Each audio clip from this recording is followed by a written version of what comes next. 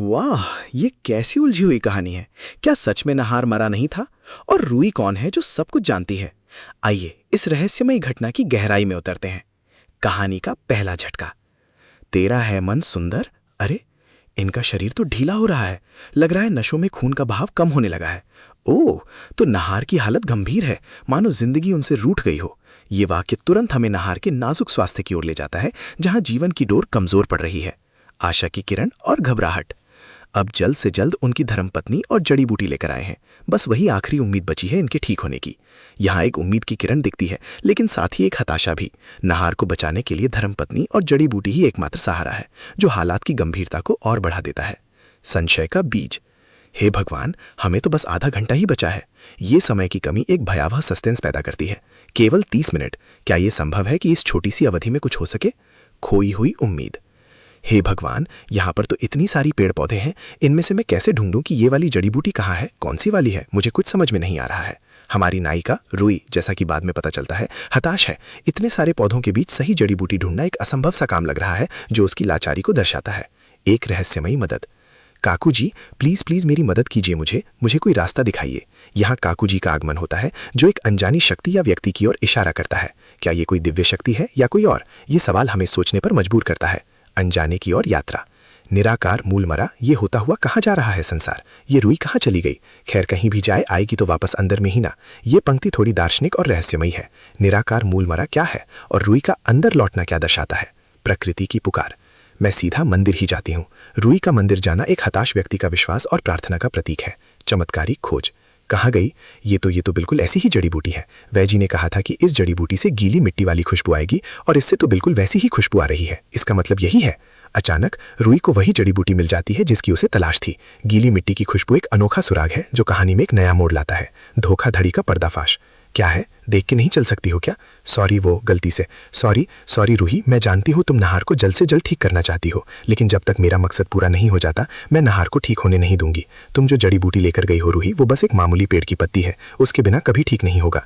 यहाँ कहानी का सबसे चौंकाने वाला हिस्सा सामने आता है। वैजी द्वारा रूही को दी गई जड़ी बूटी नकली थी। ये धोखा और विश्वासघात है, जो कहानी को एक भयानक मोड़ देता है। वैजी का अपना कोई मकसद है जो नहार के जीवन से ज्यादा महत्वपूर्ण है। जहर का सच। ये लीजिए, मैं ये जड़ी बूटी लेकर आ गई हूँ। अभी 15 मिनट बचे हैं। जल्द से जल्द इस जड़ी बूटी का रस निकाल के लेके आओ, जाओ। अरे संभाल के यू। और रुकिए, मैं ये क्या कर रहे हो आप? इनको जल्द से जल्द उपचार की जरूरत है। वैजी, शायद इसमें कुछ गड़बड़ है। मतलब ये देखिए, इससे हल्का सा रस यहाँ जमीन पर छिलका है, और इसको पीकर ये चींटी मर गई। ये रस कोई जड़ी बूटी जैसा लग भी नहीं रहा है। ये तो जहर है, जहर। दूसरी जड़ी बूटी जिसे रुई लेकर आई थी भी नकली निकली, बल्कि जहर साबित हुई। चींटी का मरना इस बात का पुख्ता सबूत है। ये वैजी के इरादों को और भी काला कर देता है। मासूमियत का दावा। वैजी, जो आपने कहा था, मैं तो वही जड़ी बूटी लेकर आई थी। वो आपने कहा था ना कि उसके पत्ते बैंगनी रंग के होंगे और मिट्टी जैसी खुशबू होगी। मैं तो वही लेकर आई थी। मैंने जो पत्ते पीसे थे वो तो हरे रंग के थे। रुई अपनी मासूमियत का दावा करती है, और ये सामने आता है कि वैजी ने उसे जानबूझकर गुमराह किया था। हरे पत्ते और बैंगनी पत्तों का अंतर कहानी में एक और उलझन पैदा करता है। आखिरी उम्मीद और नया रहस्य। तो वैजी, आप मुझे थोड़ा समय और दीजिए, मैं सही जड़ी बूटी लेकर आती हूँ।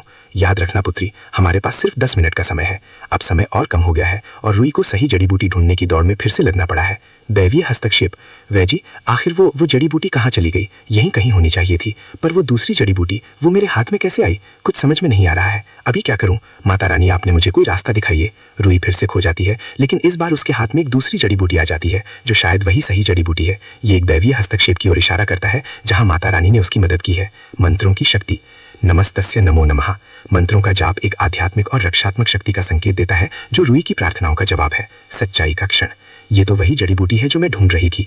थैंक यू माता, मैं ये जड़ी बूटी लेकर आ गई हूँ। निराशा और भय।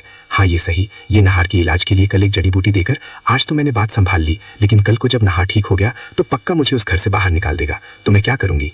यहाँ एक नरा पात्र आता है, जो शायद वैजी नहीं है, या शायद वैजी का ही दूसरा रूप है। वो नहार के ठीक होने से घबराया हुआ है, क्योंकि उसे लगता है कि नहार के ठीक होने पर उसे घर से निकाल दिया जाएगा। ये एक दिलचस्प मोड़ है, जो कहानी में एक और खलनायक को जोड़ता है। सबसे बड़ा खुलासा। हे भगवान, कुछ समझ नहीं आ रहा, और मुझे अब तक ये समझ नहीं आ रहा है कि इस रुई ने अब तक घर वालों से क्यों नहीं बताया कि नहार जिंदा है। व्हाट? नहार जिंदा है? ये अंतिम पंक्ति सबसे बड़ा धमाका करती है। नहार मरा नहीं था, वो जिंदा है। और रुई ये बात सबको क्यों नहीं बता रही? क्या वो जानबूझकर ऐसा कर रही है या कोई और मजबूरी है?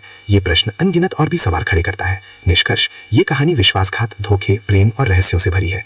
रुई का नहार को बचाने का प्रयास, वैजी की चालाकी और नहार के जीवित होने का चौंकाने वाला सच, सब मिलकर एक बेहद रोमांचक और विचारोत्तेजक प्लॉट बनाते हैं। आगे क्या होगा ये जानने के लिए हम उत्सुक हैं।